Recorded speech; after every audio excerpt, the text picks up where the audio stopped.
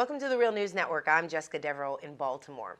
On Friday, there was a major development in the ongoing Iran nuclear negotiations. It's being reported that major world powers have begun talks about lifting UN sanctions on Iran if a nuclear agreement is struck with Tehran. Some are suggesting that this step could make it harder for the U.S. Congress to undo whatever deal the Obama administration works out. Now joining us to unpack all of this is Robert Naiman. He is the Policy Director of Just Foreign Policy, and he joins us from Urbana, Illinois. Thanks for joining us, Robert. Thank you. So, Robert, just first off, explain to us the significance of these reported talks, and if the UN decides to lift sanctions, could it bypass the U.S. Congress on the issue of lifting sanctions? Well, the first thing for people to understand is that there's nothing unusual or bizarre or last minute about the idea of going to the United Nations Security Council to seal the deal. On the contrary, what's last minute is the move by some Republicans to pretend that they're scandalized or that there's something unusual about going to the United Nations Security Council, when the United Nations Security Council has been a key part of this story all along. These are not bilateral talks between the United States and Iran, although of course there are some bilateral talks. But the overall story for years, going back to the Bush administration, has been a multilateral negotiation involving Iran on the one hand and 6 other countries, the so-called P5+1. P5 that's shorthand for the 5 permanent members of the United Nations Security Council. So like the executive committee, if you will, of the United Nations Security Council. So the United Nations Security Council has been a key part of the story all the way along. The backdrop of these negotiations always has been the resolutions passed by the United Nations Security Council, pushed by the United States, again, going back to the Bush administration, including the UN Security Council demands that Iran suspend the enrichment of uranium, which was the lever, the stick that was supposed to push Iran towards negotiation. Now, everybody has always understood that in a negotiated deal, Iran would be allowed to enrich uranium as part of a package of things that they would agree to, including, increased transparency, increased inspections, limits on their enrichment, limits on their nuclear program. So, of course, the Iranians have always reasonably expected that in the end game, a deal would be sealed with the United Nations Security Council resolution that would supersede the previous resolutions. So there's nothing unusual about this at all. And as far as the role of Congress is concerned, the administration has always been clear, going back at least to the confirmation hearings of Secretary of State Kerry as Secretary of State, that the administration planned to do this as an executive agreement, as 90% of the diplomatic agreements of the United States have been in recent decades in both Democratic and Republican administration. So again, for Republicans in Congress to pretend that they're suddenly scandalized by what the administration has said all along was their intention, this is just kind of like trying to work the refs of the media and public opinion to trick people into thinking that there's something unusual here when there's not.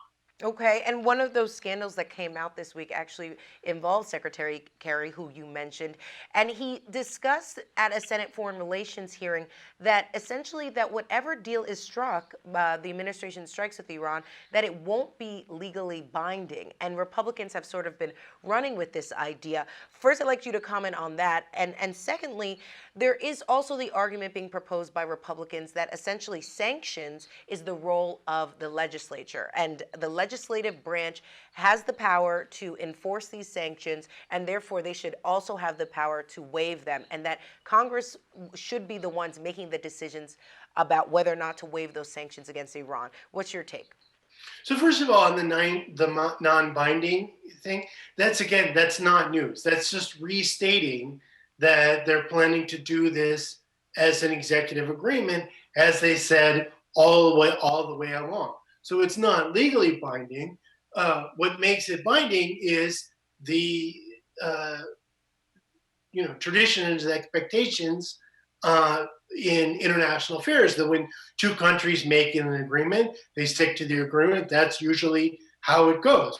They could, in the future, either side could violate the agreement, but that would be very painful to whichever side violated the agreement or broke the agreement and said, we're not doing this anymore, because then the whole world would say, oh, it's that country's fault. If the US breaks it, oh, it's the Americans' fault. If Iran breaks it, oh, it's the Iranians' fault. And then people would countries would rally against people that broke the agreement. So there is no news here at all. In terms of the role of Congress on sanctions, President Obama isn't usurping or threatening to usurp anything. He's planning to use the authority that he legally has, that he's always legally has, that everybody knows that he has, that everybody knows he's planning to use. President Obama can, by himself, overturn sanctions that he has imposed by executive order. That is, there is no news there. President Obama can, by himself, use the waiver authority for congressionally passed sanctions that Congress has given him, that Congress gave him openly when it passed those sanctions. Congress passed sanctions giving the president waiver authority. The idea of waiver authority is that it's giving the president power to change them if he certifies certain things that are specified in the legislation. This is in the interest of the national security interests of the United States. That was always understood. It's a standard thing for Congress to do. Members of Congress understood when they passed these sanctions that they're giving the administration flexibility. Again, the administration was always clear that it was going to use this authority. The role that Congress has by law that the president cannot take away, isn't threatening to take away. Only Congress can fully repeal congressionally passed sanctions. Only Congress can change the law. The president can't do that. The president isn't proposing to do that. These negotiations have always been premised. The administration has been very clear that it understood what it can do and what it can't do. And that's so, Robert, why, hold on. But I just want to clarify that. What's the difference between waiving sanctions and then repealing them? waiving sanctions means the president uses the authority that Congress has given him to say that right now we are not going to enforce these sanctions. It's a temporary, depending on the law, it's a temporary maneuver that the president can renew. The authority of the president to do this was specified by Congress when it passed the sanctions, and not all the laws are exactly the same. But what a number of the laws have in common is that they gave the president waiver authority. They gave the president authority to say, okay, the law remains in place, but right now we're not going to enforce it because I, the president, say we shouldn't. Congress gave him that authority when it passed the sanctions. And the president can say how long he can have these sanctions waived? So each law specifies what the waiver authority of the president is. So sometimes it says the president can waive it for 6 months at a time. And it says in what circumstances, the president, typical thing, again, they're not all the same, but a typical thing to say, if the president certifies that it's in the national security interest of the United States. This is all specified in law. And the president and the Congress, these Republican members of Congress, are not really accusing him of doing anything outside the law. They know they can't. They're trying to spin things, but this is authority that Congress gave the president, any president. The law doesn't say Obama; it says president. Gave any president when it passed the sanctions. Repeal means that Congress actually changes the law, replaces the law or removes the law. Only Congress can do that. Nobody's pretending that anyone besides Congress can do that.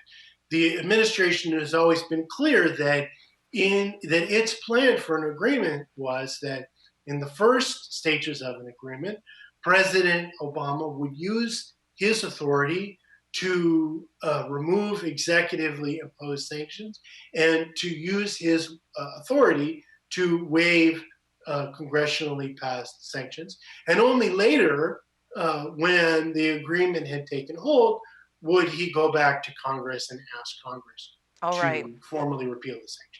Robert, you mentioned the spin, and I'm sure our viewers are probably trying to get their heads around this, especially if you're tracking mainstream press. It can be very confusing. The Senate in this coming week is going to have a debate on the floor over this issue of Iran. So as the story develops, what should people be really focusing on and paying attention to? Well, one thing to look at is who says what and why. We've seen, for example, in the letter of the 47 Republicans, that every member of the Senate, every Republican in the Senate who's planning to run for president in 2016 or talked about it, signed this letter. 7 Republicans didn't sign it, including Corker, the chair of the Senate Foreign Relations Committee. But Rand Paul, who in the past was a skeptic of a military confrontation with Iran, he signed the letter. So that tells you that this is kind of a partisan political move that's about 2016. If the guy that was previously skeptic signs it and the top Republican on foreign policy in the Senate doesn't sign it. So look at who's saying what and why they're saying it.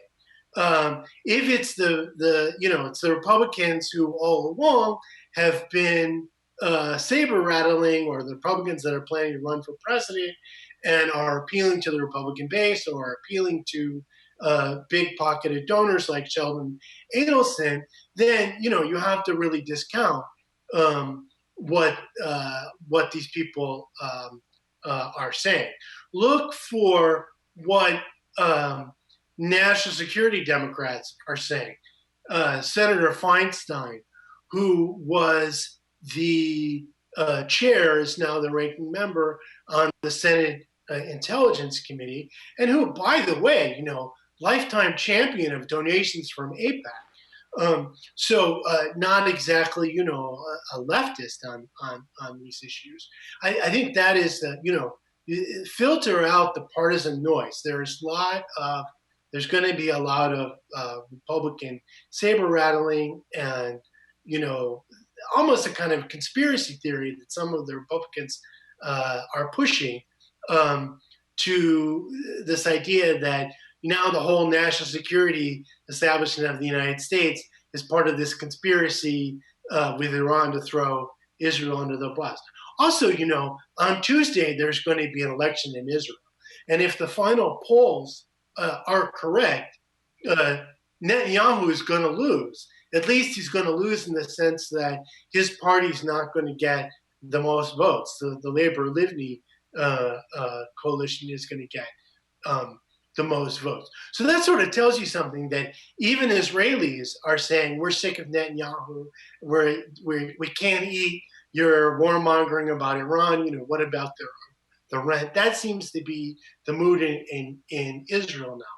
So if Netanyahu is the guy that the Republicans brought to be the captain of the blow up the Iran diplomacy team, and even Israelis are saying, we're sick of Netanyahu, we're sick of his warmongering about Iran, we want to hear about what you're going to do for the Israeli economy, maybe that's a sign that people in the United States should take, that this is, this is what's really going on with the Republicans, that they're sort of they're selling this scaremongering fear story that has nothing to do with realistic diplomacy that any independent analyst would have said over the last 6 years could possibly be achieved in multilateral negotiations with Iran. All right, Robert Naiman joining us from Urbana, Illinois.